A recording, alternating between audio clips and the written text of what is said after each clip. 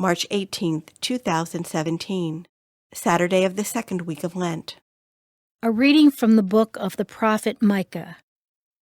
Shepherd your people with your staff, the flock of your inheritance that dwells apart in a woodland in the midst of Carmel.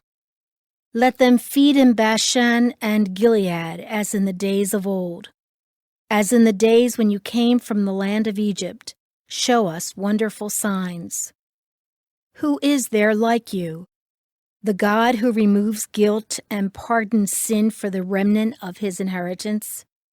Who does not persist in anger forever, but delights rather in clemency, and will again have compassion on us, treading underfoot our guilt.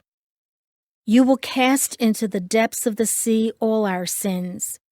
You will show faithfulness to Jacob and grace to Abraham, as you have sworn to our fathers from days of old. The word of the Lord.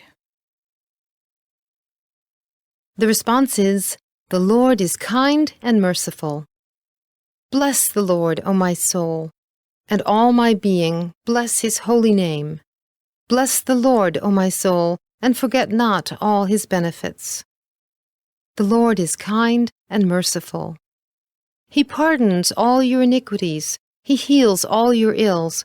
He redeems your life from destruction.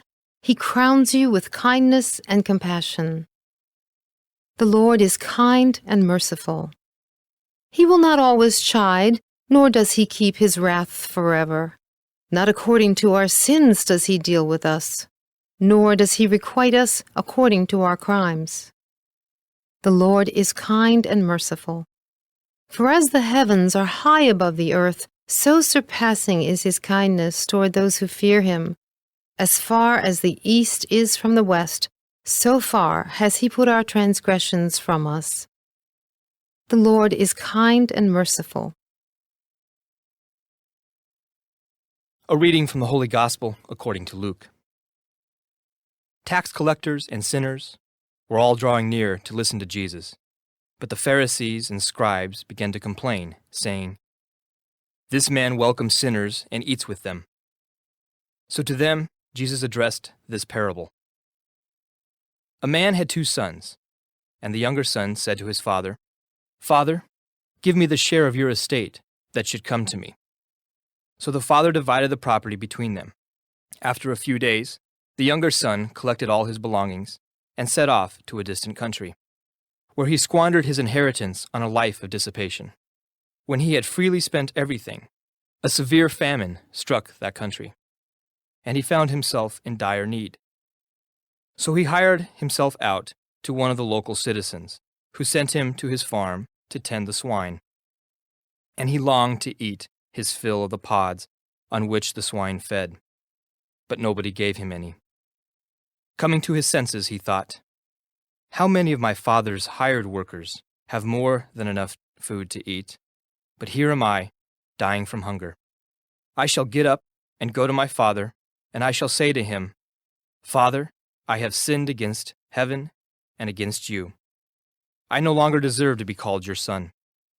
Treat me as you would treat one of your hired workers.' So he got up and went back to his father. While he was still a long way off, his father caught sight of him and was filled with compassion. He ran to his son, embraced him, and kissed him. His son said to him, 'Father, I have sinned against heaven and against you. I no longer deserve to be called your son.' But his father ordered his servants, 'Quickly, bring the finest robe and put it on him. Put a ring on his finger and sandals on his feet. Take the fattened calf and slaughter it. Then let us celebrate with a feast, because this son of mine was dead and has come to life again. He was lost and has been found.' Then the celebration began. Now the older son had been out in the field, and, on his way back, as he neared the house, he heard the sound of music and dancing. He called one of the servants and asked what this might mean. The servant said to him, 'Your brother has returned, and your father has slaughtered the fattened calf, because he has him back safe and sound.' He became angry, and when he refused to enter the house, his father came out and pleaded with him.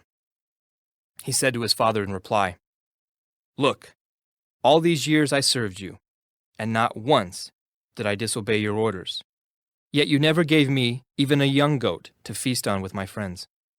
But when your son returns, who swallowed up your property with prostitutes, for him you slaughtered the fattened calf." He said to him, "My son, you are here with me always. Everything I have is yours. But now we must celebrate and rejoice, because your brother was dead and has come to life again. He was lost and has been found." The Gospel of the Lord.